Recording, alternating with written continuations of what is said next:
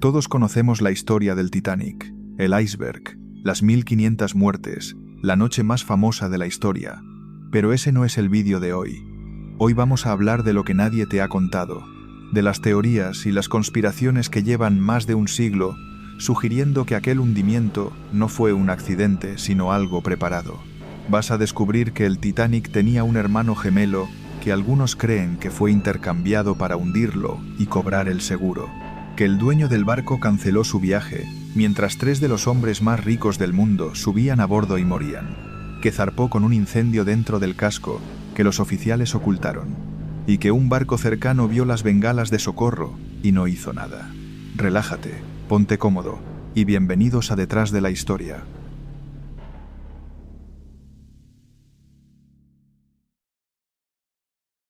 El Titanic tenía un hermano gemelo, un barco casi idéntico, construido en el mismo astillero, por los mismos ingenieros, con los mismos planos y prácticamente con la misma cara.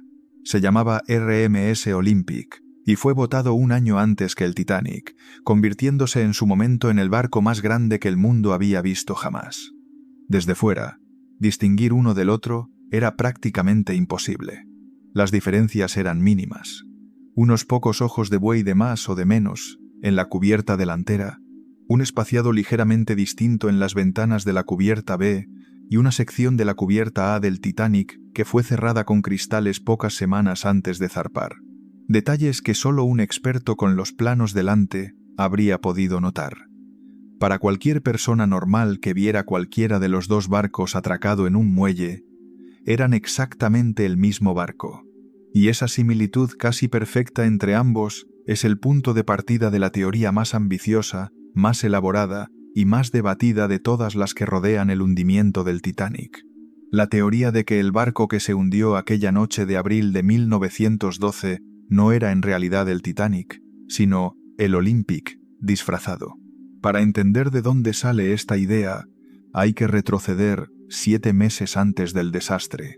El 20 de septiembre de 1911, el Olympic estaba realizando su 5º viaje comercial, navegando por el estrecho del Solent, cerca de la isla de Wight, bajo el mando de un capitán que más adelante se haría tristemente célebre, Edward John Smith, el mismo hombre que después comandaría el Titanic en su viaje inaugural y que moriría con él.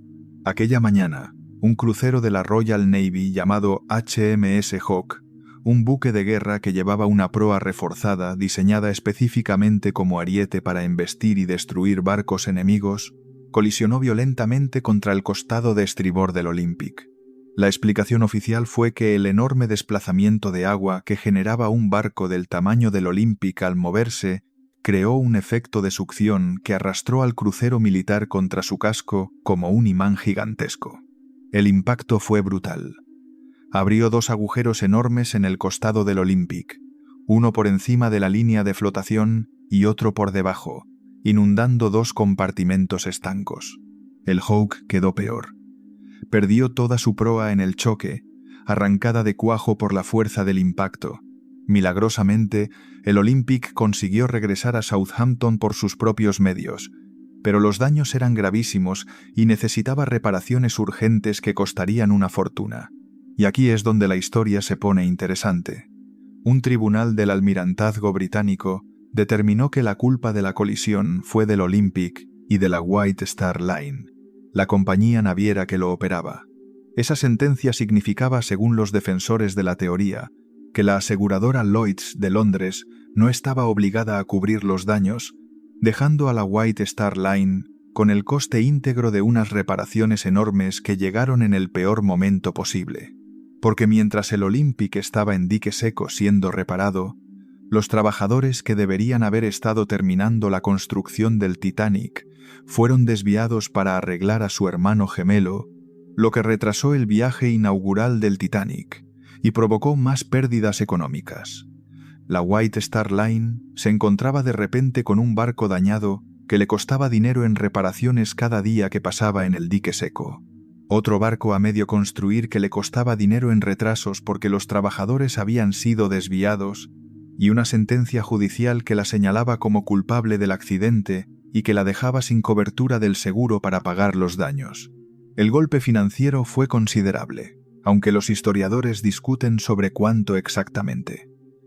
Algunos investigadores posteriores señalan que los costes de reparación del Olympic rondaron las 75.000 libras, una cifra alta, pero que la compañía podía absorber dado que aquel año había registrado sus mayores beneficios, superando el 1.000.000 de libras. Pero otros señalan que el daño económico real fue mucho mayor si se sumaban los ingresos perdidos por tener al Olympic fuera de servicio durante semanas, los costes legales del juicio, la pérdida de confianza de los pasajeros y el retraso del viaje inaugural del Titanic, que era el evento comercial más importante del año para la naviera. Fuera cual fuera la cifra exacta, la White Star Line estaba bajo una presión financiera real y tenía un problema gordo entre manos. Y ese problema es el punto de partida de todo lo que viene a continuación. Es en ese escenario de presión financiera donde aparece la teoría que cambiaría para siempre la forma en que millones de personas ven la historia del Titanic. El escritor británico Robin Gardiner publicó en 1998 un libro titulado Titanic, The Ship That Never Sank, en el que proponía algo que sonaba completamente descabellado, pero que estaba construido con una lógica interna que enganchó a millones de lectores en todo el mundo. Según Gardiner, los daños que el Olympic sufrió en la colisión con el Hawke fueron mucho más graves de lo que la White Star Line admitió públicamente. La quilla del barco, la columna vertebral de toda la estructura, podría haberse doblado con el impacto, causando una escora permanente a babor, una inclinación hacia la izquierda que habría condenado al barco a no pasar futuras inspecciones de seguridad y a quedarse fuera de servicio de forma indefinida. Si eso era cierto, la White Star Line tenía entre manos un barco de lujo inservible que no podía navegar, pero que tampoco podía asegurar ni vender. Un gigante de acero muerto atracado en un muelle, comiendo dinero cada día. La solución que Gardiner proponía era ingeniosa y monstruosa a partes iguales.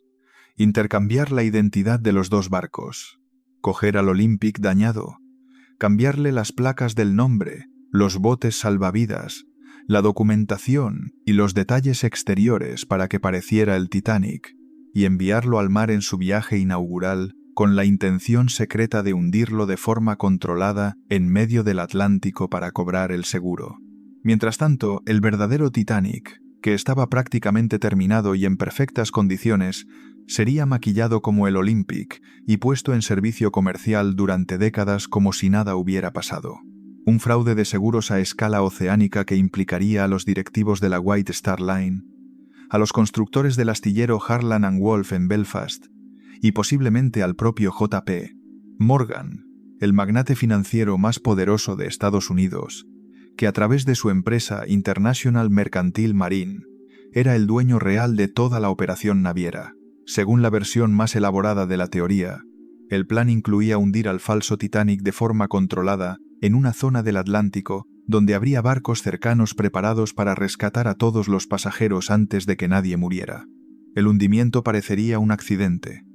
La compañía cobraría el seguro completo por la pérdida del Titanic, y el verdadero Titanic seguiría navegando durante décadas disfrazado de Olympic, generando beneficios. Un plan perfecto sobre el papel que, siempre según la teoría, salió terriblemente mal porque el barco de rescate previsto no llegó a tiempo y el hundimiento se convirtió en la mayor catástrofe marítima de la historia moderna en lugar del fraude limpio que supuestamente habían planeado. Los defensores de esta teoría señalan una serie de coincidencias y detalles que consideran sospechosos. Primero, las fotografías. Cuando se comparan fotos del Titanic tomadas durante su construcción con fotos tomadas justo antes de zarpar, el número de ojos de buey en la cubierta C delantera del lado de babor no coincide. Durante la construcción, el Titanic tenía 14 ojos de buey en esa zona. Cuando zarpó de Southampton, tenía 16, exactamente el mismo número que tenía el Olympic. Los defensores de la teoría dicen que eso prueba que el barco que zarpó no era el Titanic sino el Olympic disfrazado. Los historiadores responden que se añadieron 2 ojos de buey adicionales durante las últimas semanas de preparación, algo perfectamente normal en barcos que todavía estaban siendo terminados. Segundo, Bruce Ismay, el director general de la White Star Line, ordenó de forma inexplicable que los suelos de linóleo de varias zonas del barco fueran cubiertos con moqueta nueva pocas semanas antes de zarpar. Los teóricos dicen que la moqueta servía para ocultar marcas, números de serie o diferencias en el suelo que habrían delatado que aquel barco no era el Titanic, sino el Olympic. Tercero, las pruebas de mar del Titanic. Los ensayos obligatorios que todo barco nuevo debía pasar antes de entrar en servicio fueron mucho más cortas que las del Olympic. Cuarto, el Titanic no fue abierto a la prensa ni al público para una inspección antes de zarpar, algo extremadamente inusual para el viaje inaugural del barco más grande y más lujoso del mundo. Y quinto, algunos de los botes salvavidas del Titanic supuestamente llevaban escrito RMS Olympic en su casco, como si se hubieran trasladado de un barco a otro sin molestarse en borrar el nombre. La teoría del intercambio es espectacular, cinematográfica, y tiene todos los ingredientes de un gran thriller de conspiración. Pero tiene un problema fundamental. Las pruebas en su contra son abrumadoras, y los propios creadores de la teoría acabaron admitiendo que no se sostenía. Los historiadores marítimos Bruce Beveridge y Steve Hall publicaron en 2004 un libro titulado Olympic and Titanic, The Truth Behind the Conspiracy, en el que desmontaron la teoría pieza por pieza con una precisión demoledora. Demostraron que las diferencias de diseño interior entre ambos barcos eran mucho mayores de lo que la gente cree. No eran solo los ojos de buey y las ventanas. Las cubiertas tenían distribuciones distintas. Los camarotes estaban colocados de forma diferente. Los paneles decorativos de madera que cubrían los salones, los pasillos y los camarotes llevaban grabado en su parte trasera el número de construcción del barco, 401 para el Titanic y 400 para el Olympic. Para intercambiar los barcos habría sido necesario desmontar y volver a montar miles de paneles de madera en un plazo de pocas semanas, algo que Beveridge y Hall calificaron de físicamente imposible con la tecnología y los recursos disponibles en 1912. Pero la prueba más contundente llegó del fondo del mar. Cuando los investigadores examinaron los restos del barco hundido, encontraron el número 401 grabado en piezas estructurales del casco que no se podían desmontar ni falsificar, incluyendo la hélice de babor.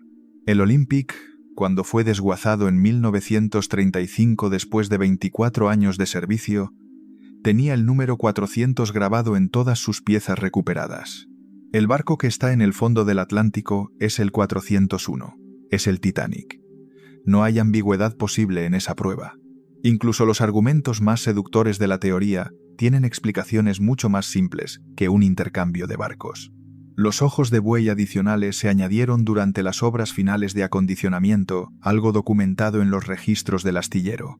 La moqueta nueva se instaló porque el linóleo original estaba dañado por el tráfico de trabajadores durante los meses de construcción. Las pruebas de mar fueron más cortas porque el Titanic era prácticamente idéntico al Olympic y los ingenieros ya sabían cómo se comportaba un barco de esas características. Y el detalle de los botes salvavidas con el nombre Olympic tiene una explicación aún más sencilla. La White Star Line transfería regularmente equipamiento entre sus barcos como medida de ahorro, y los botes se identificaban por números de serie internos, no por el nombre pintado en el exterior. El historiador británico Gareth Russell, en su libro The Ship of Dreams, publicado en 2019, definió la teoría del intercambio con una frase que se hizo famosa entre los investigadores del Titanic. Dijo que era tan dolorosamente ridícula que solo podía lamentar los miles de árboles que perdieron la vida para proporcionar el papel en el que fue escrita. Y el investigador Senan Moloney, uno de los mayores expertos mundiales en el Titanic, añadió el argumento que quizá debería cerrar cualquier discusión sobre este tema: el daño reputacional que un hundimiento, incluso uno controlado y planificado, habría causado a la White Star Line era infinitamente mayor que cualquier beneficio económico que pudieran obtener del seguro. Hundir un barco con pasajeros a bordo en medio del Atlántico, aunque fuera con un plan de rescate, era una apuesta suicida para la reputación de la compañía.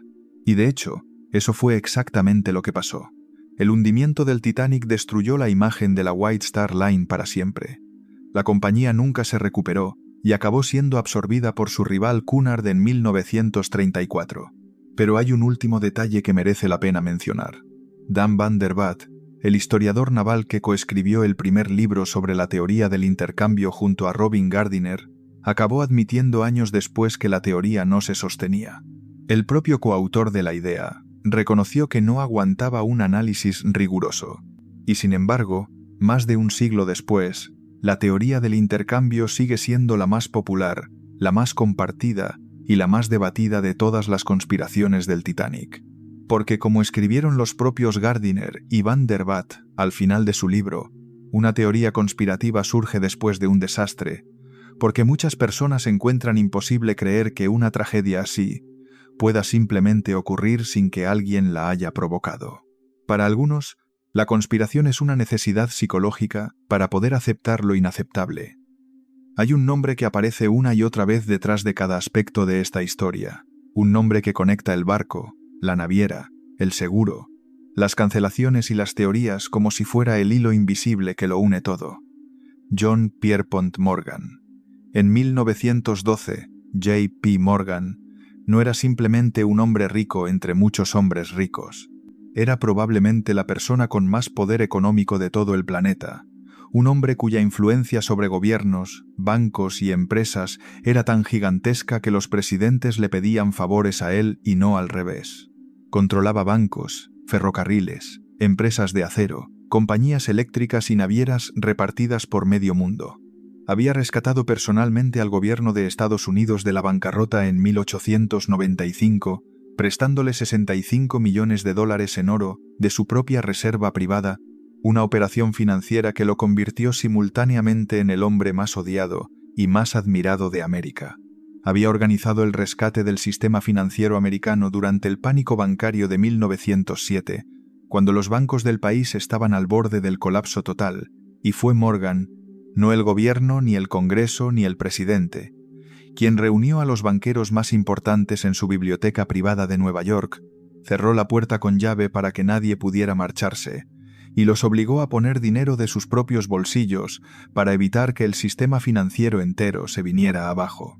Y entre las muchas cosas que Morgan controlaba, estaba la International Mercantile Marine Company, un conglomerado naviero que había creado comprando compañías de barcos de varios países y que incluía a la White Star Line, la naviera propietaria del Titanic. Morgan era el dueño real del barco. No aparecía en los carteles publicitarios ni daba discursos en los muelles, pero cada decisión importante sobre la construcción, la operación y el viaje inaugural del Titanic pasaba directa o indirectamente por su despacho de Wall Street. Morgan tenía reservada la suite de lujo B-52 para el viaje inaugural, una de las cabinas más caras y exclusivas del barco, con dormitorio privado, salón independiente y su propia cubierta de paseo personal. Todo estaba preparado para que el dueño disfrutara de la travesía más importante de su compañía. Pero en el último momento, canceló su billete alegando problemas de salud. Sin embargo, el periódico Pittsburgh Post-Gazette reportó que apenas unos días después del hundimiento, Morgan fue visto en perfecto estado en el balneario francés de Aix-les-Bains, comprando tranquilamente tapices antiguos y obras de arte para su colección privada. No parecía enfermo en absoluto. Un biógrafo sugirió una explicación que no tiene nada que ver con conspiraciones. Francia estaba a punto de cambiar sus leyes para impedir que los coleccionistas extranjeros sacaran tesoros artísticos del país, y Morgan viajó urgentemente a París para asegurarse de que sus compras más valiosas salieran antes de que la nueva ley entrara en vigor. Si eso es cierto, canceló su viaje en el Titanic no porque supiera que iba a hundirse, sino porque le importaban más unos tapices renacentistas que el viaje inaugural de su propio barco. Morgan no fue el único que se quedó en tierra. La enciclopedia titánica documenta que alrededor de 50 personas con billete comprado cancelaron antes de la salida, algunas por razones perfectamente explicables. La huelga del carbón que paralizaba Gran Bretaña había reorganizado los horarios de muchos barcos y había obligado a decenas de pasajeros a cambiar planes. Otras cancelaron sin motivo claro. Milton Hershey, el fundador del imperio del chocolate que lleva su nombre, también tenía billete y también canceló en el último momento. Los conspiracionistas ven en esas cancelaciones la prueba de que Morgan avisó a los suyos. Los historiadores señalan que 50 cancelaciones sobre más de 2.200 personas es un porcentaje completamente normal en cualquier viaje transatlántico de la época y que no debería alarmar a nadie que sepa leer. Estadísticas. De hecho, el Titanic zarpó con más pasajeros de los inicialmente previstos porque muchas personas que iban a viajar en otros barcos cancelados por la huelga del carbón fueron trasladadas al Titanic en el último momento. La idea de que Morgan avisó selectivamente a sus amigos, pero dejó morir a 1.500 personas, incluyendo empleados de sus propias empresas y miembros de su propio círculo social que sí estaban a bordo, requiere un nivel de crueldad calculada y de control sobre los acontecimientos que ni siquiera el hombre más poderoso del mundo podía tener en 1912. Mientras Morgan se quedaba en tierra comprando arte, 3 de los hombres más ricos del mundo subieron al Titanic y nunca bajaron. Sus historias son 3 de las más conocidas del desastre y cada una revela algo diferente sobre cómo las personas enfrentan la muerte cuando saben que no hay escapatoria. John Jacob Astor IV era, según todas las estimaciones de la época, el hombre más rico de todos los que viajaban en el Titanic y posiblemente el más rico de todo Estados Unidos. Su fortuna provenía del negocio inmobiliario y de la industria peletera, un imperio que su familia había construido durante generaciones. Era también inventor. Había escrito una novela de ciencia ficción y tenía fama de ser un hombre culto, muy diferente de la imagen de magnate despiadado que muchos asociaban con su apellido. Viajaba con su segunda esposa, Madeleine, una joven de 19 años embarazada de 5 meses, cuyo matrimonio con un hombre 28 años mayor había provocado un escándalo enorme en la alta sociedad neoyorquina. La pareja regresaba de un largo viaje por Europa y Egipto, donde habían visitado las pirámides y navegado por el Nilo, para que el bebé naciera en suelo americano y bajo la supervisión de los mejores médicos de Nueva York. Cuando el barco empezó a hundirse, Astor ayudó a Madeleine a subir al bote salvavidas número 4 y preguntó al oficial si podía acompañarla dado su estado. El oficial le dijo que ningún hombre podía subir mientras hubiera mujeres y niños esperando. Astor aceptó sin protestar, encendió un cigarrillo y se despidió de su esposa con una calma que los testigos describieron como sobrecogedora. Fue visto por última vez de pie en la cubierta de paseo mientras el barco se inclinaba. Su cuerpo fue recuperado días después por el barco Mackay Bennett con $2.500 en efectivo, un reloj de oro y un anillo de diamantes en los bolsillos. Madeleine sobrevivió y dio a luz a un hijo 4 meses después. Benjamin Guggenheim heredó una de las mayores fortunas mineras de América, un imperio de cobre, plata y plomo que su padre había construido explotando yacimientos en todo el continente. Viajaba en primera clase con su valet Victor Giglio y con su amante francesa, una cantante de music hall llamada Leontine Aubert, a la que presentaba como su secretaria para evitar escándalos. Cuando quedó claro que el barco estaba condenado, Guggenheim hizo algo que lo inmortalizó para siempre. Se quitó el chaleco salvavidas, bajó a su camarote con su valet y ambos se cambiaron de ropa. Se pusieron sus mejores trajes de noche, con corbata blanca, sombrero de copa y guantes. Subieron a cubierta, se sentaron en 2 tumbonas junto al gran salón, pidieron un brandy y esperaron. Un camarero que sobrevivió recordaba haberle escuchado decir: «Nos hemos vestido con nuestras mejores galas y estamos preparados para hundirnos como caballeros. Dígale a mi esposa que he cumplido con mi deber». Su cuerpo nunca fue recuperado del mar. Isidore Strauss tenía 67 años. Era copropietario de Macy's, los grandes almacenes más famosos de Nueva York, y viajaba con su esposa Ida, con quien llevaba casado más de 40 años. Cuando los oficiales cargaban los botes, alguien le ofreció un sitio por su edad avanzada. Lo rechazó diciendo que no iba a recibir privilegios mientras hubiera hombres más jóvenes esperando. Ida tenía ya un pie dentro del bote cuando se detuvo. Se giró, volvió a cubierta, se quitó su abrigo de piel, se lo entregó a su doncella Ellen Bird, diciéndole que lo necesitaría más que ella, y se sentó junto a su marido. Le dijo una frase que todavía hoy hace llorar a quien la lee: «Donde tú vayas, yo voy.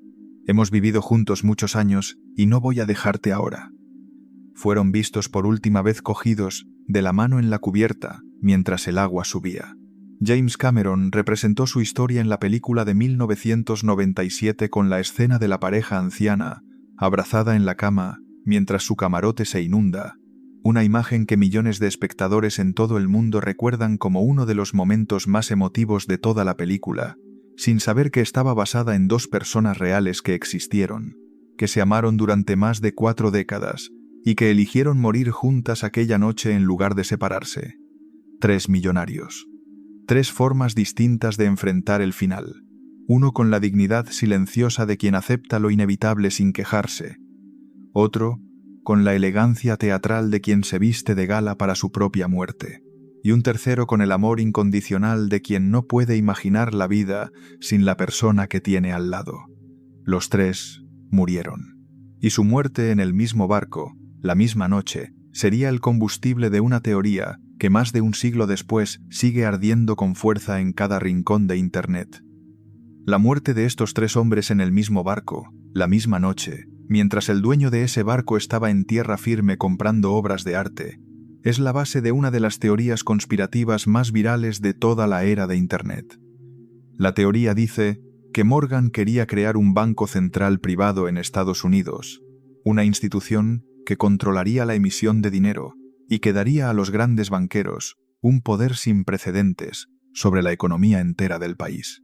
Ese proyecto se materializó en la Reserva Federal, aprobada por el Congreso en diciembre de 1913, un año y medio después del hundimiento, durante un receso de Navidad en el que buena parte de los congresistas ya se habían ido a sus casas y la votación se hizo con una asistencia mínima bajo la firma del presidente Woodrow Wilson. Según la teoría, Astor, Guggenheim y Strauss eran los 3 principales opositores al proyecto, los 3 obstáculos más poderosos entre Morgan y el control del sistema financiero americano, y su eliminación fue el verdadero propósito del hundimiento del Titanic. La teoría explotó en redes sociales a partir de 2017, cuando el grupo conspiracionista QAnon la incorporó a su narrativa sobre élites que gobiernan el mundo en secreto. Un meme compartido millones de veces afirmaba que Morgan financió el Titanic, canceló su viaje en el último momento, y que los 3 hombres más ricos del mundo que se oponían a la Reserva Federal murieron aquella noche convenientemente a bordo. El meme tenía nombres reales, fechas verificables y una lógica interna que encajaba como un rompecabezas perfecto. El problema es que prácticamente todo lo que afirmaba era falso o estaba sacado de contexto de forma deliberada. George B., investigador con más de 45 años estudiando el Titanic y considerado una de las máximas autoridades mundiales sobre el desastre, declaró a Reuters que en toda su carrera no había encontrado un solo documento que demostrara que Astor, Guggenheim o Strauss se opusieran a la Reserva Federal. Ni una carta, ni un discurso público, ni una declaración en prensa, absolutamente nada. El Washington Post fue todavía más demoledor. Descubrió que Astor y Guggenheim simplemente nunca se pronunciaron sobre el tema, y que Isidor Strauss, uno de los supuestos opositores cuya eliminación habría justificado el asesinato de 1.500 personas inocentes, habló públicamente a favor de la propuesta en artículos del New York Times de octubre de 1911. Uno de los 3 hombres que según la conspiración fue asesinado por oponerse a la Reserva Federal estaba en realidad de acuerdo con ella. Algunas versiones de la teoría involucran a la familia Rothschild y caen directamente en estereotipos antisemitas que han sido señalados y condenados por historiadores serios. Los problemas prácticos son igual de insalvables. Morgan no podía predecir dónde aparecería un iceberg en el Atlántico Norte. No podía controlar la velocidad del capitán Smith. No podía garantizar que el impacto hundiría el barco en lugar de simplemente dañarlo. Y sobre todo, no podía garantizar que los 3 murieran. La supervivencia dependió de en qué lado del barco estabas cuando cargaban los botes. En estribor, el oficial Murdoch dejó subir a hombres cuando no quedaban mujeres ni niños. Si Astor hubiera caminado 30 metros hacia el otro lado, probablemente habría sobrevivido y toda la conspiración se habría derrumbado esa misma noche. La realidad es menos cinematográfica. Morgan canceló por motivos personales. 3 hombres ricos murieron porque viajaban en un barco que chocó contra un iceberg. Y la Reserva Federal se aprobó porque el pánico de 1907 había dejado claro que el país necesitaba un sistema bancario central. Pero esa explicación no cabe en un meme. Y por eso, la teoría sigue viva, alimentada por cada nueva generación de internautas que descubre la coincidencia de las 3 muertes y la cancelación de Morgan y saca conclusiones sin molestarse en comprobar si los hechos que las sustentan son reales o inventados. El historiador J. Kent Layton lo resumió con una precisión que no necesita adornos. No había forma de garantizar que ninguno de los 3 muriera, y mucho menos que murieran los 3. Planificar un asesinato triple basándote en que un barco chocará contra un trozo de hielo que flota a la deriva en medio de un océano de millones de kilómetros cuadrados es una apuesta tan absurda que ninguna persona en su sano juicio habría hecho, y mucho menos alguien tan calculador y tan inteligente como J.P. Morgan. Antes de seguir con lo que pasó dentro del Titanic, hay que detenerse un momento en una historia que no tiene nada que ver con conspiraciones ni con teorías, sino con algo que no tiene explicación racional y que lleva más de un siglo provocando escalofríos a todo el que la descubre por primera vez. En 1898, 14 años antes de que el Titanic existiera siquiera como proyecto en la cabeza de ningún ingeniero naval, un escritor americano llamado Morgan Robertson publicó una novela corta titulada Futility, or The Wreck of the Titan. La novela contaba la historia de un transatlántico británico de lujo llamado Titan, descrito como el barco más grande del mundo y considerado insumergible por sus constructores, que durante una travesía por el Atlántico Norte en el mes de abril, chocaba contra un iceberg y se hundía con miles de personas a bordo porque no llevaba suficientes botes salvavidas. Las coincidencias entre la ficción y la realidad que vendría 14 años después son tan numerosas y tan precisas que resultan difíciles de procesar. El Titan de la novela medía 240 metros de eslora. El Titanic real mediría 269. El Titán tenía capacidad para 3.000 personas. El Titanic para 2.200. El Titán se hundía en abril por la noche después de chocar contra un iceberg en el Atlántico Norte navegando a toda velocidad. El Titanic se hundió en abril por la noche después de chocar contra un iceberg en el Atlántico Norte, navegando cerca de su velocidad máxima. Ambos barcos no llevaban suficientes botes salvavidas porque la arrogancia de sus constructores les había hecho creer que eran insumergibles. Incluso los nombres eran casi idénticos, Titán y Titanic, separados por apenas 3 letras. Cuando la novela fue reeditada después del desastre real, los periódicos de todo el mundo la presentaron como una profecía cumplida. Robertson, que había sido marinero mercante antes de dedicarse a escribir y que conocía los barcos por dentro mejor que muchos ingenieros, negó cualquier tipo de clarividencia y respondió con una frase que se hizo famosa: «Sé de lo que escribo, eso es todo». Murió en 1915, apenas 3 años después del hundimiento, sin haber explicado nunca cómo pudo acertar en tantos detalles con tanta precisión 14 años antes de que ocurrieran. Los marineros que pasaban por la zona donde se hundió el Titanic aseguran que durante décadas se veían luces misteriosas flotando sobre el agua en el punto exacto del hundimiento, como si el barco siguiera enviando señales desde el fondo del mar. Leyenda o no, la sensación de que aquel desastre estaba escrito de antemano es algo que persigue a esta historia desde el primer día. Y esa sensación de que había señales que nadie quiso ver es exactamente lo que rodea al siguiente misterio: el incendio que ardía dentro del barco antes de que zarpara. Porque el Titanic no salió de Southampton en perfectas condiciones como todo el mundo creía. Salió con fuego dentro de su estructura. Un fuego real, documentado y confirmado por múltiples testimonios, que los oficiales conocían perfectamente y que decidieron ignorar porque apagar ese fuego habría significado retrasar el viaje inaugural más importante y más publicitado de la historia de la navegación comercial. Los hechos son los siguientes y no están en discusión entre ningún historiador serio. Cuando el Titanic zarpó el 10 de abril de 1912, había un incendio activo en la carbonera número 6, un búnker de almacenamiento de carbón de 3 pisos de altura situado junto a una de las salas de calderas principales del barco. El fuego se había iniciado por combustión espontánea del carbón almacenado un fenómeno que no era infrecuente en los barcos de vapor de la época, pero que normalmente se detectaba y se apagaba antes de que el barco abandonara el muelle. En el caso del Titanic, el fuego no se apagó.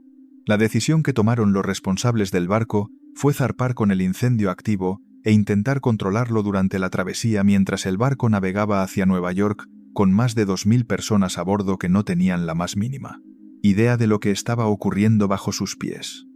El fogonero John Dilly, uno de los hombres que trabajaban en las entrañas del barco alimentando las calderas con carbón y que tuvo la suerte de sobrevivir al hundimiento, dejó un testimonio publicado en un periódico apenas días después del desastre que resulta escalofriante leerlo, sabiendo cómo acabó todo. Había cientos de toneladas de carbón almacenadas ahí. No conseguíamos avanzar contra el fuego. Los fogoneros estaban alarmados, pero los oficiales nos dijeron que mantuviéramos la boca cerrada, porque no querían asustar a los pasajeros. El fuego no se extinguió antes de zarpar, y continuó ardiendo durante los 4 días de travesía que el barco completó, antes de chocar contra el iceberg. La historia del incendio habría quedado como una nota a pie de página en los libros de historia si no fuera por un descubrimiento que se hizo público en 2017, más de un siglo después del hundimiento. El periodista e investigador irlandés Senan Moloney, que llevaba más de 30 años estudiando obsesivamente cada aspecto del desastre del Titanic, fue contactado por un coleccionista llamado Steve Raffield, que había encontrado en un ático de Wiltshire, Inglaterra, un álbum de fotografías que nadie había visto nunca. Las fotografías habían sido tomadas por el ingeniero jefe de Harland & Wolff, los constructores del barco, pocos días antes de que el Titanic zarpara de Southampton. Cuando Moloney examinó las imágenes con detalle, ampliándolas y comparándolas con otras fotografías conocidas del barco, descubrió algo que cambió su comprensión del desastre por completo. Una marca diagonal negra de unos 9 metros de longitud en el costado de estribor del casco, exactamente en la zona cercana a donde el iceberg impactaría días después. Moloney describió el hallazgo como el equivalente del Titanic a la tumba de Tutankamón por la cantidad de información nueva que revelaba. Ingenieros del Imperial College de Londres analizaron las fotografías y sus conclusiones fueron inquietantes. Determinaron que la marca había sido causada probablemente por el calor extremo del incendio en la carbonera que se había transferido directamente al casco de acero del barco. El Titanic tenía un casco de piel simple, una sola capa de acero, a diferencia de los barcos modernos que tienen doble casco. Eso significaba que no había nada entre el fuego del carbón y la estructura exterior del barco. Los expertos en metalurgia explicaron que cuando el acero es sometido a temperaturas cercanas a los 1000 grados durante un periodo prolongado, se vuelve frágil y pierde hasta un 75% de su resistencia original.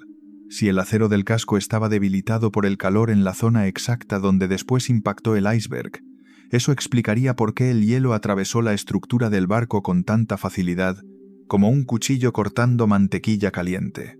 Moloney presentó sus hallazgos en el documental Titanic, The New Evidence, emitido primero en Channel 4 del Reino Unido y después en el Smithsonian Channel de Estados Unidos. Su conclusión fue contundente. Esto no es la simple historia de un barco que choca contra un iceberg y se hunde. Es una tormenta perfecta de factores extraordinarios: fuego, hielo y negligencia criminal. Según su teoría, los fogoneros que intentaban apagar el incendio trasladaban el carbón ardiente de la carbonera directamente a los hornos de las calderas, lo que hacía que el barco quemara combustible más rápido de lo previsto y que por tanto navegara a mayor velocidad. Eso conectaría el incendio con otro de los grandes misterios del Titanic. ¿Por qué el barco iba tan rápido aquella noche, a pesar de las advertencias de hielo en la ruta? Pero no todo el mundo aceptó las conclusiones de Moloney. Un equipo de 7 historiadores marítimos, respetados, publicó un artículo detallado titulado Titanic, Fire and Ice, en el que refutaron varios puntos clave del documental. Señalaron que la marca de las fotografías no estaba exactamente donde Moloney decía, que la Carbonera 6 se encontraba a más de 15 metros de donde aparece la marca en las imágenes, y que otras fotografías del mismo período tomadas desde ángulos diferentes no muestran ningún daño visible en esa zona del casco. También señalaron un detalle que debilitaba seriamente la teoría. La piscina del barco estaba situada directamente encima de la carbonera incendiada, y ningún pasajero que la usó durante el viaje reportó calor anormal, olores extraños ni ningún problema que sugiriera que debajo de ellos ardía un fuego de 1000 grados.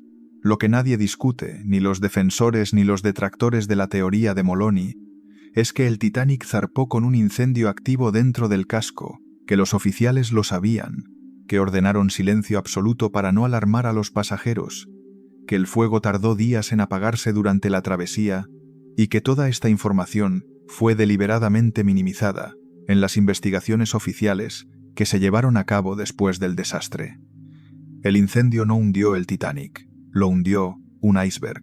Pero la pregunta que sigue abierta más de un siglo después es si ese iceberg habría hundido el barco de la misma manera, con la misma rapidez y con las mismas consecuencias si el acero del casco no hubiera estado expuesto durante días al calor de un fuego que nadie se atrevió a apagar, porque hacerlo habría significado cancelar el viaje más importante de la historia de la White Star Line.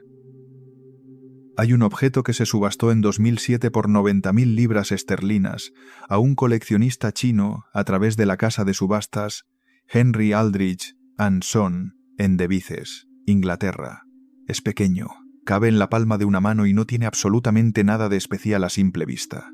Es una llave de latón gastada por el uso, corroída por el paso de más de un siglo y del tipo más corriente que se pueda imaginar, el tipo de llave que se usaba para abrir armarios y taquillas en los barcos de principios del siglo XX. Pero esa llave diminuta e insignificante es posiblemente el objeto más importante de toda la historia del Titanic, porque según el testimonio jurado del hombre que estaba vigilando aquella noche desde lo alto del mástil, si esa llave hubiera estado donde tenía que estar, los vigías habrían tenido prismáticos, habrían visto el iceberg con tiempo suficiente para esquivarlo, y 1.500 personas habrían llegado vivas a Nueva York, en lugar de morir congeladas en las aguas del Atlántico Norte. Para entender cómo una llave puede cambiar la historia, hay que saber lo que pasó en los días previos a la salida del Titanic de Southampton. Poco antes de zarpar, hubo una reorganización de última hora en la cadena de mando del barco que nadie había previsto y que se ejecutó a toda prisa sin darle tiempo a nadie de prepararse adecuadamente. Henry Wilde, el oficial jefe del Olympic, el barco gemelo del Titanic, fue trasladado al Titanic como nuevo oficial jefe por orden directa de la compañía. Esa decisión provocó un efecto dominó que desplazó a todos los oficiales un puesto hacia abajo en la jerarquía. Charles Lightoller, que iba a ser primer oficial, pasó a segundo. Y el segundo oficial original, un marinero experimentado llamado David Blair, fue eliminado del viaje por completo y reasignado a otro barco. Blair, que había navegado con el Titanic desde los astilleros de Belfast hasta Southampton y que estaba entusiasmado con la idea de hacer el viaje inaugural del barco más grande del mundo, tuvo que recoger sus pertenencias y abandonar el barco con apenas unas horas de aviso. Escribió una postal a su hermana antes de marcharse en la que decía algo que resulta desgarrador leerlo, sabiendo lo que pasaría días después. Este es un barco magnífico. Me siento muy decepcionado de no poder hacer su primer viaje. En la prisa y la confusión de aquella reasignación atropellada, Blair se llevó en el bolsillo de su chaqueta algo que no debería haberse llevado: la llave del armario donde se guardaban los prismáticos destinados al puesto de vigía del Nido de Cuervo, la plataforma elevada en lo alto del mástil principal del barco, desde donde los vigías escrutaban el horizonte las 24 horas del día, buscando cualquier peligro que pudiera aparecer en el camino del barco. No se la llevó a propósito. No fue un acto de sabotaje ni de venganza por haber sido apartado del viaje.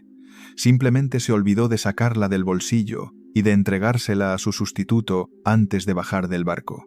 Un descuido humano absolutamente trivial.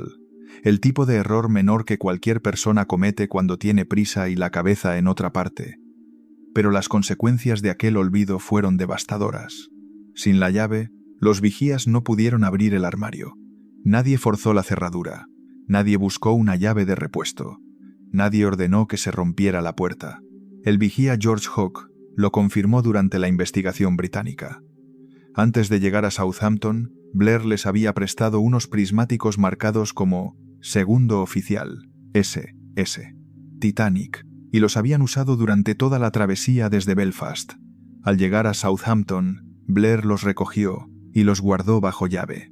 Después se fue del barco, con la llave en el bolsillo, y el Titanic zarpó hacia una de las rutas marítimas más peligrosas del mundo, sin que los hombres encargados de vigilar el horizonte tuvieran el instrumento más básico y más elemental para hacer su trabajo correctamente.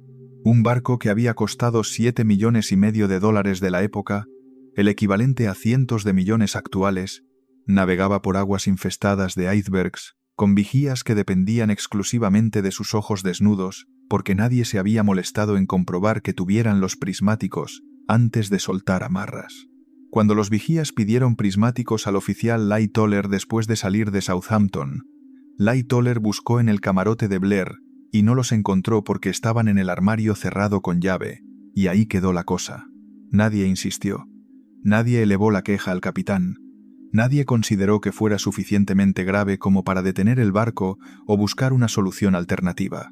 El barco siguió navegando y los vigías siguieron mirando al horizonte con los ojos desnudos, esperando que no hubiera nada ahí fuera que necesitaran ver a tiempo. La noche del 14 de abril de 1912, las condiciones para detectar un iceberg en el Atlántico Norte eran las peores que se podían imaginar, como si la naturaleza hubiera diseñado deliberadamente el escenario perfecto para que un desastre fuera inevitable. No había luna. El cielo estaba completamente negro, sin la más mínima luz natural que pudiera iluminar el horizonte o crear algún tipo de contraste entre el agua y los objetos que flotaban en ella. El mar estaba en calma absoluta, tan quieto y tan inmóvil como la superficie de un espejo, sin una sola ola, sin una sola ondulación, sin el más mínimo movimiento en ninguna dirección.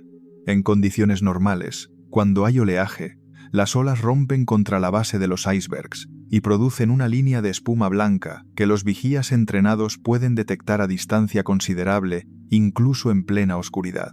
Esa noche no había nada de eso. Ni una ola, ni una burbuja, ni una línea de espuma.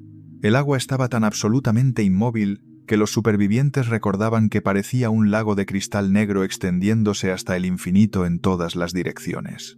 Un iceberg oscuro flotando en un mar negro bajo un cielo sin luna era prácticamente invisible hasta que lo tenías directamente encima. Y los dos hombres que estaban en el nido de cuervo aquella noche, los únicos ojos del barco, no tenían prismáticos porque una llave de latón estaba en el bolsillo de un hombre que dormía en otra ciudad. Fred Fleet era uno de esos dos vigías. Tenía 25 años y llevaba varios años trabajando como vigía en barcos transatlánticos de la White Star Line. A las 11:40 de la noche, mientras escrutaba la oscuridad con los ojos desnudos desde lo alto del mástil, vio algo que un segundo antes no estaba ahí: una sombra, una masa oscura que se recortaba apenas contra el cielo negro a menos de 500 metros de distancia y que se acercaba a una velocidad aterradora. Fleet golpeó la campana 3 veces, la señal de peligro inmediato, y descolgó el teléfono que conectaba el nido de cuervo con el puente de mando. Cuando el oficial de guardia contestó, Fleet pronunció las palabras más famosas de toda la historia marítima: iceberg, justo por delante. El primer oficial, William Murdoch, ordenó inmediatamente virar a estribor y dar marcha atrás a las máquinas. Pero a la velocidad a la que navegaba el Titanic, 21 nudos y medio, 500 metros no eran distancia suficiente para que un barco de 46.000 toneladas pudiera cambiar de rumbo. El barco giró ligeramente, pero no lo bastante. El iceberg raspó el costado de estribor del casco durante unos 7 segundos, abriendo una serie de cortes y grietas a lo largo de 90 metros por debajo de la línea de flotación que permitieron que el agua del Atlántico empezara a entrar en los compartimentos inferiores del barco a un ritmo que ninguna bomba podía contener. Fleet sobrevivió al hundimiento, y durante la investigación oficial del Senado americano, el senador William Alden Smith le hizo la pregunta que todo el mundo necesitaba escuchar. Suponga que hubiera tenido prismáticos aquella noche. ¿Podría haber visto aquel iceberg a mayor distancia? Fleet respondió sin dudar que sí, que con prismáticos lo habrían detectado antes. El senador le presionó: ¿cuánto antes? Y Fleet dio una respuesta que cayó como una bomba en la sala y que se quedó grabada en la historia para siempre. Lo suficiente para esquivarlo. Esas 5 palabras cambiaron para siempre la forma de entender el desastre. Si Fleet tenía razón, 1500 personas no murieron porque un iceberg apareciera de la nada en mitad del océano. Murieron porque un oficial, que fue reasignado a última hora, se olvidó de dejar una llave en un armario, porque nadie se molestó en forzar la cerradura de ese armario y porque nadie consideró que vigilar el horizonte con los ojos desnudos en una de las noches más oscuras del año, en una zona llena de icebergs, fuera un problema suficientemente serio como para hacer algo al respecto. Y hay un detalle final sobre esta historia que resulta absolutamente incomprensible. David Blair, el hombre que se llevó la llave, nunca fue llamado a declarar en ninguna de las dos investigaciones oficiales. En más de 1100 páginas de testimonios, nadie interrogó al hombre cuyo olvido podría haber sido la diferencia entre la vida y la muerte de 1500 personas.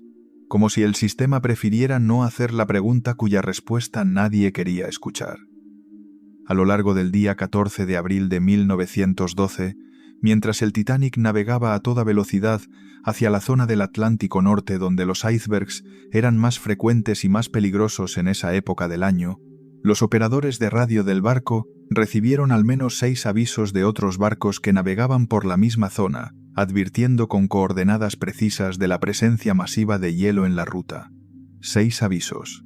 6 oportunidades de reducir la velocidad, de cambiar el rumbo, de detenerse o simplemente de extremar la precaución ordenando más vigías al puesto de observación. Ninguna de esas oportunidades fue aprovechada, y las razones por las que no lo fueron son una combinación de arrogancia institucional, negligencia individual, presión comercial, despiadada y mala suerte, que resulta difícil de creer, pero que está documentada con una precisión demoledora en las actas de las 2 investigaciones oficiales que se celebraron después del desastre.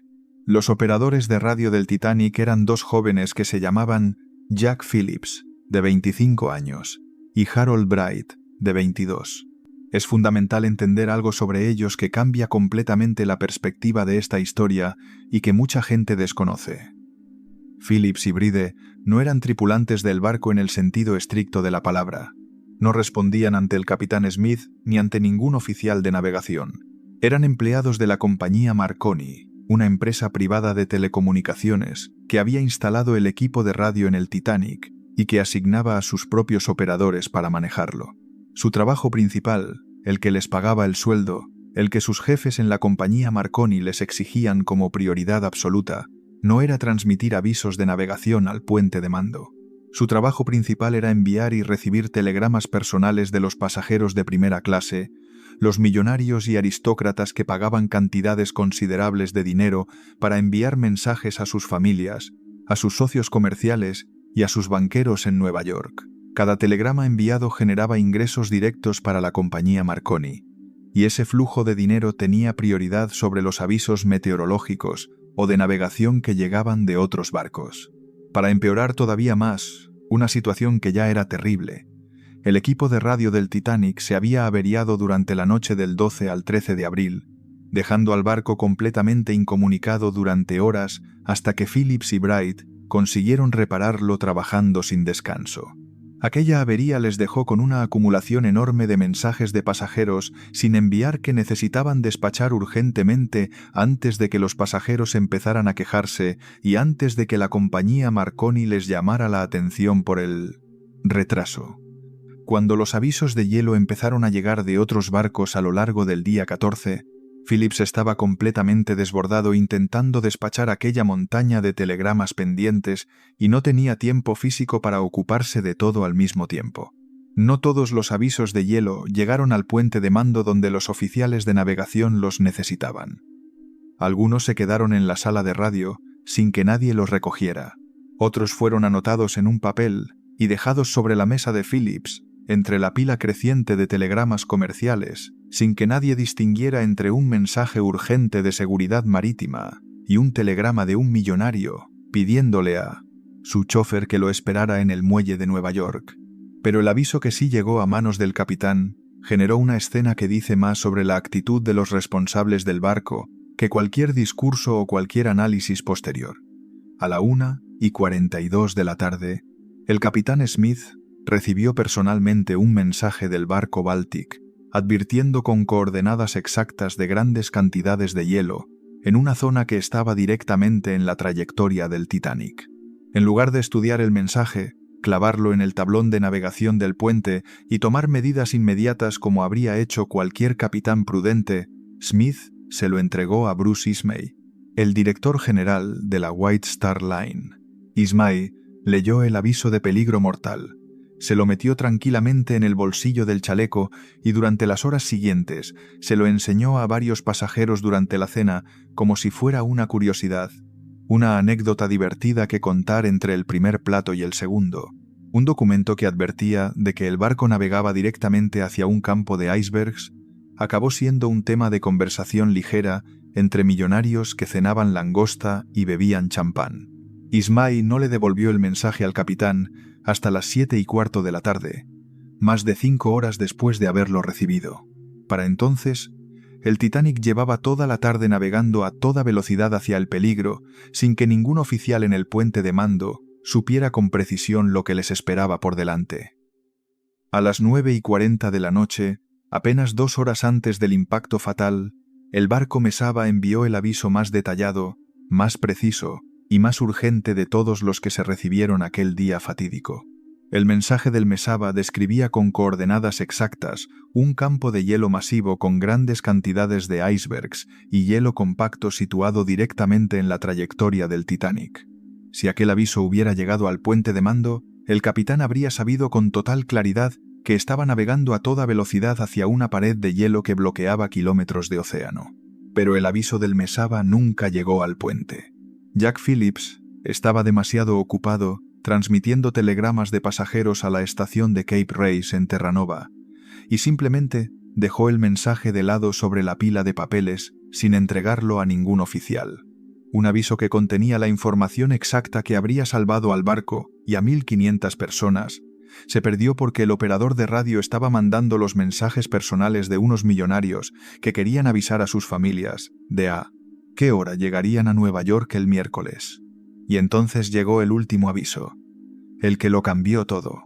A las 11:05 de la noche, apenas 45 minutos antes de que el iceberg destrozara el casco del barco, el operador de radio del Californian, un joven llamado Cyril Evans, intentó avisar al Titanic de que su barco estaba completamente rodeado de hielo y que había tenido que detener sus máquinas porque era demasiado peligroso seguir navegando en aquellas condiciones. Evans empezó a transmitir su mensaje con la cortesía habitual entre operadores. «Oiga, viejo amigo, estamos parados y rodeados de hielo. Ares, Tera». Pero como el Californian estaba a muy poca distancia del Titanic, la señal de radio llegó a los auriculares de Phillips a un volumen ensordecedor, tan brutalmente fuerte que le hizo daño físico en los oídos justo en mitad de una transmisión delicada que estaba enviando a Cape Race y que la interferencia del Californian interrumpió por completo. Phillips, furioso por la interrupción, agotado después de horas de trabajo ininterrumpido, con una pila interminable de telegramas pendientes presionándolo desde la mesa, respondió con una frase que se ha convertido en una de las más trágicamente famosas de toda la historia de la humanidad. «Cállate, cállate. Estoy trabajando con Cape Race». Evans, humillado y dolido por la respuesta agresiva de Phillips, se quitó los auriculares y se fue a dormir a las 11:35 de la noche. 5 minutos. 5 minutos después de que Evans apagara su radio, a las 11:40, el Titanic chocó contra el iceberg.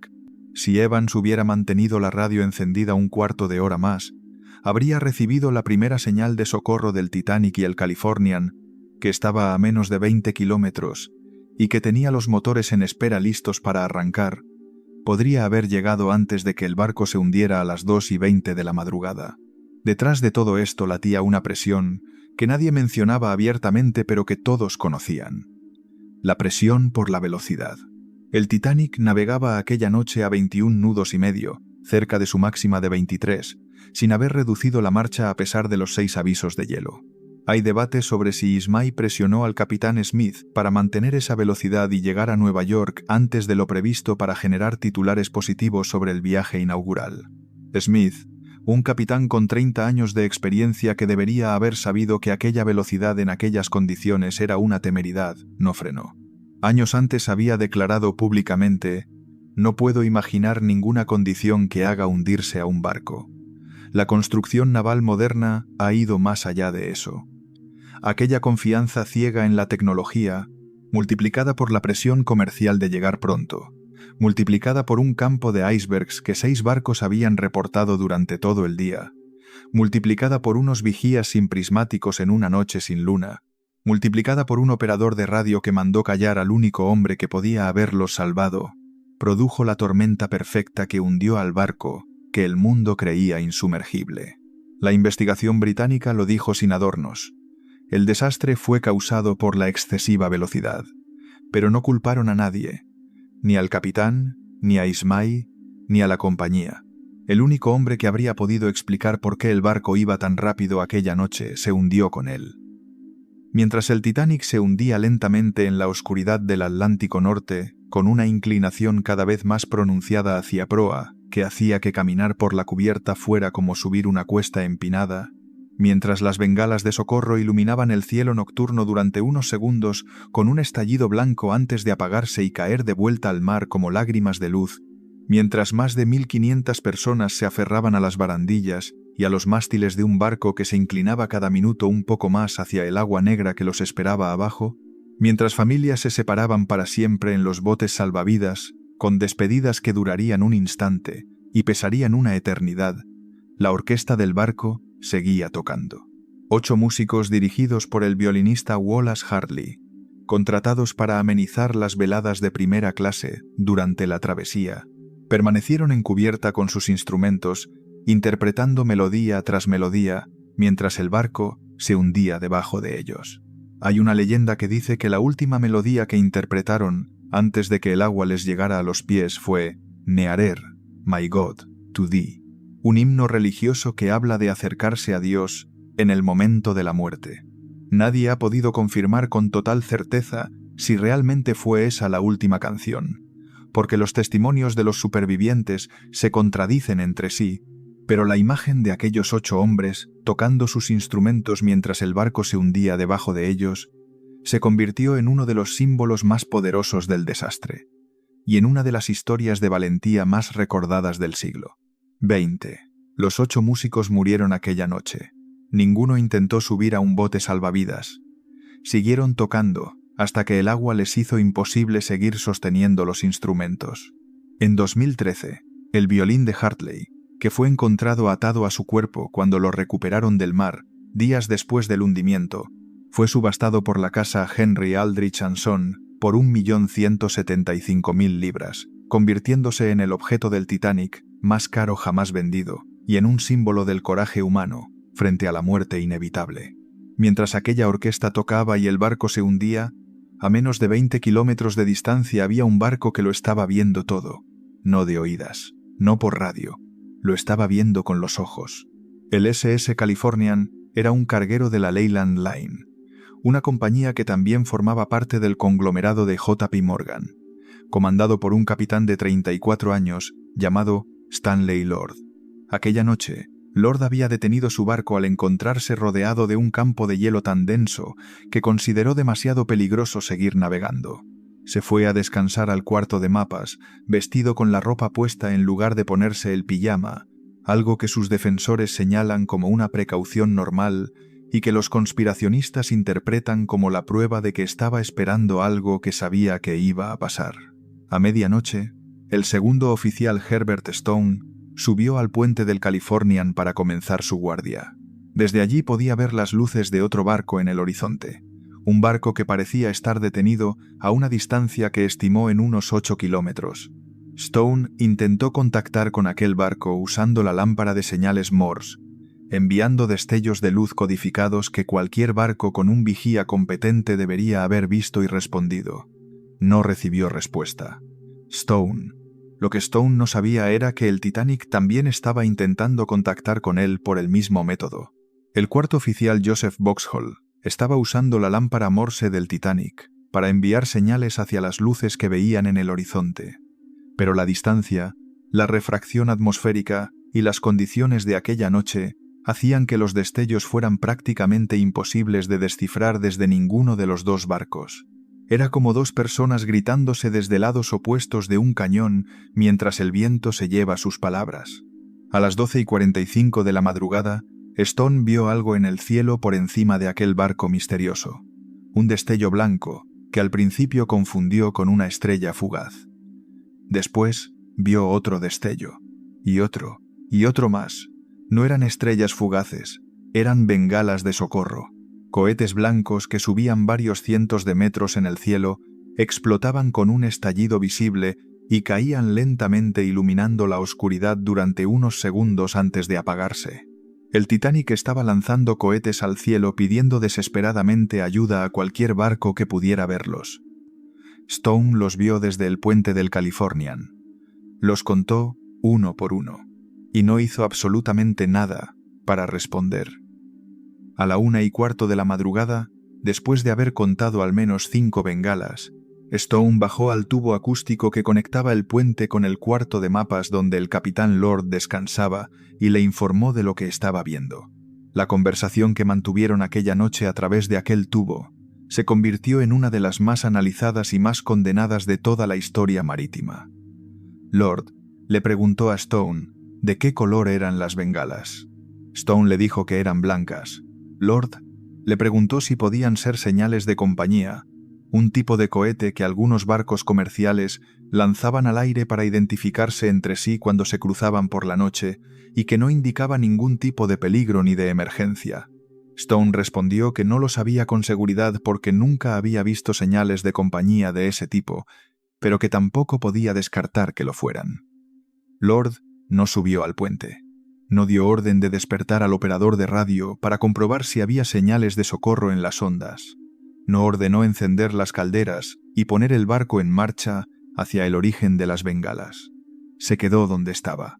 Según su propia declaración posterior, se volvió a dormir. El joven aprendiz James Gibson se unió a Stone en el puente poco después y juntos siguieron observando las bengalas. En total, contaron 8. 8 cohetes blancos lanzados en secuencia desde la dirección de aquel barco misterioso que estaba en el horizonte. Cualquier marinero con un mínimo de experiencia sabía que 8 cohetes blancos, lanzados en intervalos regulares desde un barco detenido en mitad de la noche, eran una señal de socorro universal que exigía una respuesta inmediata. No había ambigüedad posible. Stone y Gibson lo sabían. En la investigación británica posterior, Gibson admitió que durante la guardia le dijo a Stone una frase que resume perfectamente lo que ambos estaban pensando, pero que ninguno se atrevió a convertir en acción. Un barco no lanza cohetes por nada. Stone estuvo de acuerdo con Gibson, pero no dio ninguna orden. No tomó ninguna iniciativa y no despertó al capitán por segunda vez, porque probablemente temía molestar a su superior con algo que no estaba seguro de que fuera una emergencia real. Hacia las 2 de la madrugada, aproximadamente 40 minutos después de la última bengala, las luces del barco que habían estado observando durante más de una hora parecieron moverse ligeramente y después empezaron a desaparecer gradualmente por debajo de la línea del horizonte, como si el barco se estuviera alejando. Lo que Stone y Gibson estaban viendo era el Titanic hundiéndose. Las luces que desaparecían eran las luces de un barco que se sumergía en el océano con 1.500 personas todavía a bordo. Gibson informó al capitán Lord de que el barco parecía haberse marchado. Lord no hizo nada. La teoría conspirativa más extrema sobre el Californian va mucho más allá de la simple negligencia y conecta directamente con la teoría del intercambio de barcos. Según Robin Gardiner y sus seguidores, el Californian no estaba ahí por casualidad. Había sido enviado deliberadamente a aquella zona del Atlántico como barco de rescate para recoger a los pasajeros del falso Titanic cuando éste fuera hundido de forma controlada como parte del fraude del seguro. Los argumentos que usan son los siguientes. El Californian también era propiedad del conglomerado de Morgan. Zarpó de Londres con una urgencia inusual a pesar de que solo podía hacer 12 nudos y necesitaba tiempo extra para llegar.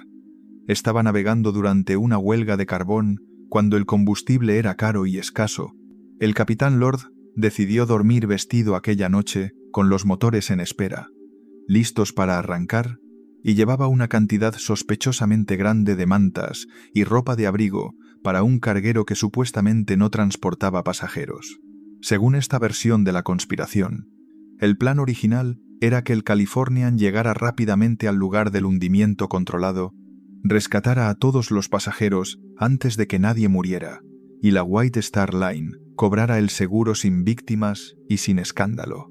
Pero errores graves de navegación hicieron que el Californian se detuviera demasiado lejos del punto previsto, a unos 12 kilómetros, en lugar de junto al barco como supuestamente estaba planeado, y cuando las cosas empezaron a ir terriblemente mal y el hundimiento se volvió real, incontrolable y mortal, el capitán Lord habría entrado en pánico al darse cuenta de que el plan había fallado y habría decidido no actuar, no moverse y no hacer nada para no verse implicado en un desastre que ya no tenía solución y que iba a acabar con la muerte de cientos de personas independientemente de lo que él hiciera.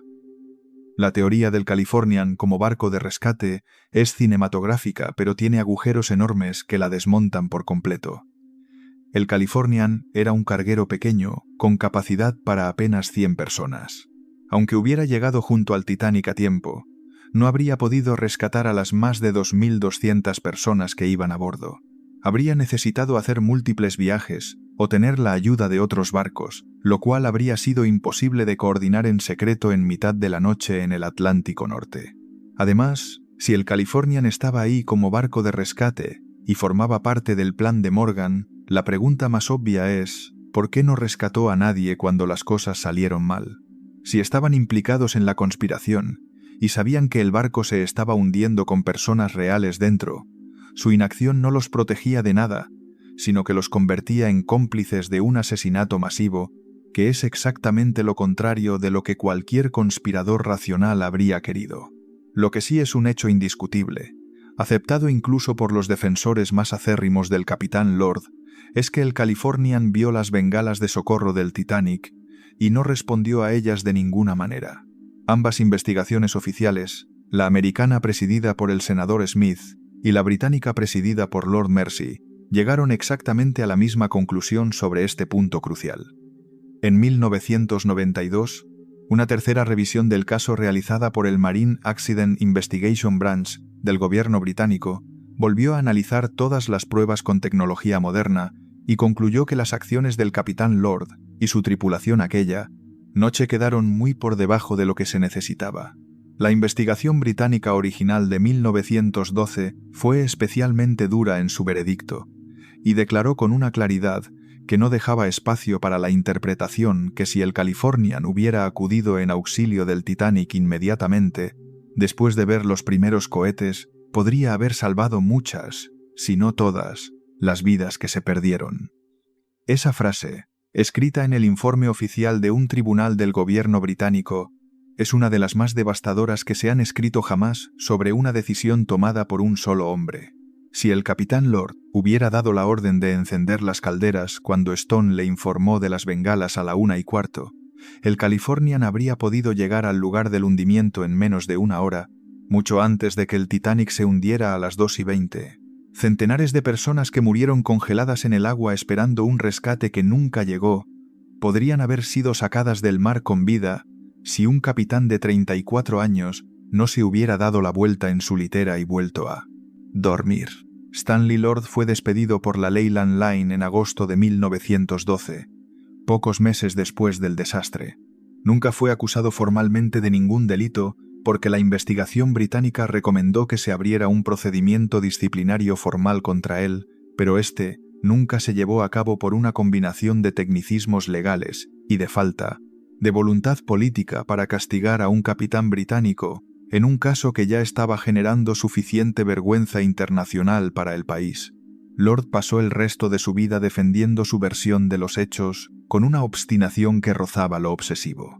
Insistía en que su barco estaba demasiado lejos para ver las bengalas del Titanic, que las luces y los cohetes que su tripulación vio aquella noche pertenecían a otro barco no identificado, que supuestamente se interponía entre el Californian y el Titanic, y que por tanto él no tenía ninguna forma de saber que el barco más grande del mundo se estaba hundiendo a pocos kilómetros de distancia de donde él dormía vestido en el cuarto de mapas. Nunca expresó arrepentimiento público por las vidas perdidas. Nunca mostró compasión ni pesar por las 1.500 personas que murieron congeladas en el agua aquella noche mientras él dormía. Nunca dijo una sola palabra que sugiriera que sentía algo por las familias destruidas, por los niños que murieron, por las mujeres que se quedaron viudas o por los hombres que se ahogaron a menos de 20 kilómetros de un barco que podría haberlos salvado. El historiador Daniel Allen Butler, en su libro The Other Side of the Night, publicado en 2009, señaló la ausencia total de empatía de Lord durante las investigaciones y su incapacidad para mostrar el más mínimo signo de humanidad ante la magnitud de la tragedia, como rasgos profundamente perturbadores de su personalidad. Lord murió en 1962, a los 84 años, sin haber pedido perdón ni una sola vez. Sus defensores siguen intentando limpiar su nombre hasta el día de hoy. La primera investigación oficial comenzó apenas 4 días después del desastre, a una velocidad que en el mundo judicial de 1912 era prácticamente sin precedentes. El senador William Alden Smith, de Michigan, un político agresivo y determinado que no tenía experiencia en asuntos marítimos, pero que tenía una habilidad extraordinaria para hacer preguntas incómodas, presidió la investigación del Senado americano y se aseguró de que los tripulantes supervivientes del Titanic no abandonaran suelo estadounidense antes de declarar. Interrogó personalmente a Bruce Ismay, que se sentó frente al comité con aspecto de hombre destruido, y respondió a las preguntas con una mezcla de evasivas y medias verdades que no convencieron a nadie. Le preguntaron por qué se metió el aviso de hielo en el bolsillo. Le preguntaron por qué el barco no redujo la velocidad. Le preguntaron por qué subió a un bote salvavidas en lugar de quedarse con los pasajeros que no pudieron escapar. Ismay sobrevivió al hundimiento subiéndose al bote plegable C en los últimos minutos, cuando, según su propia versión, no había mujeres ni niños a la vista en aquel lado del barco y el bote estaba a punto de ser arriado medio vacío. La historia de cómo exactamente Ismay acabó en aquel bote ha sido debatida durante más de un siglo. Algunos testimonios sugieren que subió cuando realmente no quedaba nadie más. Otros sugieren que aprovechó un momento de confusión para meterse en el bote sin que los oficiales se dieran cuenta. Sea cual sea la verdad, la opinión pública lo condenó sin apelación. La prensa americana lo destrozó con una saña que no tenía precedentes. El magnate de los medios, William Randolph Hearst, que controlaba una cadena enorme de periódicos y que detestaba a los británicos, lo bautizó como J. Bruto Ismay, en una referencia directa a Brutus, el traidor que apuñaló a Julio César, y dedicó portadas enteras de sus periódicos durante semanas a acusar a Ismay de cobardía, de negligencia y de haber abandonado el barco como una rata mientras mujeres y niños morían congelados en el agua. Ismay vivió los 25 años restantes de su vida en semirreclusión, retirado de la vida pública, destrozado por la culpa y por una vergüenza que lo persiguió hasta la tumba. Murió en 1937 sin haber vuelto a hablar del Titanic en público. La investigación británica comenzó el 2 de mayo de 1912 en el Scottish Drill Hall de Londres, presidida por Lord Mersey, un juez con experiencia en casos marítimos, pero con una reputación particular. Se prolongó durante 36 días e intentó responder a 26 preguntas clave sobre todo lo relacionado con el desastre: la construcción del barco, los eventos de la noche, la velocidad, los botes salvavidas, las advertencias de hielo, la presencia del Californian y las decisiones de los oficiales. Declararon decenas de testigos, desde fogoneros y camareros hasta el segundo oficial Light O'Lear, que era el oficial superviviente de mayor rango y que se convirtió en el testigo estrella de la investigación. También declararon figuras de enorme peso como Guglielmo Marconi, el inventor italiano de la telegrafía sin hilos que había diseñado e instalado personalmente el equipo de comunicaciones que el Titanic llevaba a bordo, y el explorador antártico Sir Ernest Shackleton, que fue llamado como experto en navegación en aguas heladas y que declaró que, en su opinión, cualquier capitán prudente habría reducido la velocidad al recibir avisos de hielo en la ruta. El segundo oficial Light O'Lear, que sobrevivió al hundimiento de forma extraordinaria siendo arrastrado bajo el agua por la succión del barco y saliendo a la superficie junto a un bote volcado al que se agarró durante horas, se convirtió en el testigo más importante de la investigación británica. Sin embargo, Historiadores posteriores han señalado que Lightoller protegió deliberadamente a la White Star Line durante su declaración, minimizando errores y presentando las decisiones del capitán Smith bajo la mejor luz posible para evitar que la compañía fuera condenada. Las conclusiones de ambas investigaciones fueron claras en los hechos pero insatisfactorias en las responsabilidades. Ambas reconocieron sin ambigüedad que el barco iba demasiado rápido, que no había suficientes botes salvavidas, que las advertencias de hielo no se gestionaron correctamente y que el Californian debería haber acudido en auxilio. Pero ninguna culpó directamente a ninguna persona ni a ninguna institución.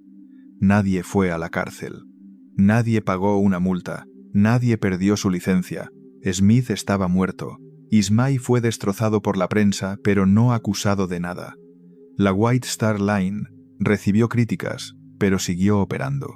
El Board of Trade, responsable de unas regulaciones de botes salvavidas obsoletas escritas para barcos de 10.000 toneladas cuando el Titanic pesaba 46.000, no fue sancionado. Nadie respondió por el hecho de que las normas llevaran años sin actualizarse. La lista de cosas que las investigaciones no investigaron, o que investigaron de forma superficial y conveniente, es tan larga que muchos historiadores han calificado la investigación británica directamente de encubrimiento. David Blair, el oficial que se llevó la llave de los prismáticos, nunca fue llamado a declarar en ninguna de las dos investigaciones. Más de 1.100 páginas de testimonios y nadie le preguntó por qué los vigías no tenían prismáticos. El incendio de la Carbonera fue mencionado de pasada durante algunos interrogatorios, pero nunca fue investigado en profundidad como posible factor contribuyente al hundimiento. Nadie preguntó por qué se permitió zarpar al barco con un fuego activo dentro del casco. La cuestión de si los pasajeros de tercera clase fueron discriminados o físicamente bloqueados cuando intentaban subir a las cubiertas superiores para acceder a los botes salvavidas fue abordada de forma tan superficial en la investigación británica que los historiadores llevan un siglo debatiendo si se trató de una omisión deliberada para proteger a la White Star Line de demandas millonarias. Las regulaciones sobre botes salvavidas, que estaban escritas para barcos de un máximo de 10.000 toneladas cuando el Titanic pesaba más de 46.000, no fueron investigadas como un fallo sistémico del Board of Trade, la entidad reguladora británica que debería haber actualizado las normas años antes. Nadie fue responsabilizado de que las normas estuvieran obsoletas. Nadie fue acusado de negligencia por no haberlas cambiado. Lord Mersey, el juez que presidió la investigación británica, tiene una historia que merece ser contada por separado porque dice mucho sobre cómo funcionaban las investigaciones marítimas en aquella época. A lo largo de los años, Mersey ha sido descrito repetidamente por historiadores como el juez al que el gobierno británico acudía cuando necesitaba una investigación que tuviera apariencia de rigor, pero que no llegara a conclusiones demasiado costosas ni demasiado incómodas para los intereses del establishment. 2 años después del Titanic, Mersey presidió la investigación del hundimiento del Empress of Ireland, un barco que se hundió en el río San Lorenzo en 1914 con la pérdida de más de 1.000 vidas, y los historiadores han señalado que en ese caso también evitó hacer preguntas obvias que habrían derivado en conclusiones devastadoras para la naviera Canadian Pacific. 1 año después, Mersey presidió la investigación del hundimiento del Lusitania, el transatlántico británico torpedeado por un submarino alemán en 1915 con la muerte de casi 1.200 personas.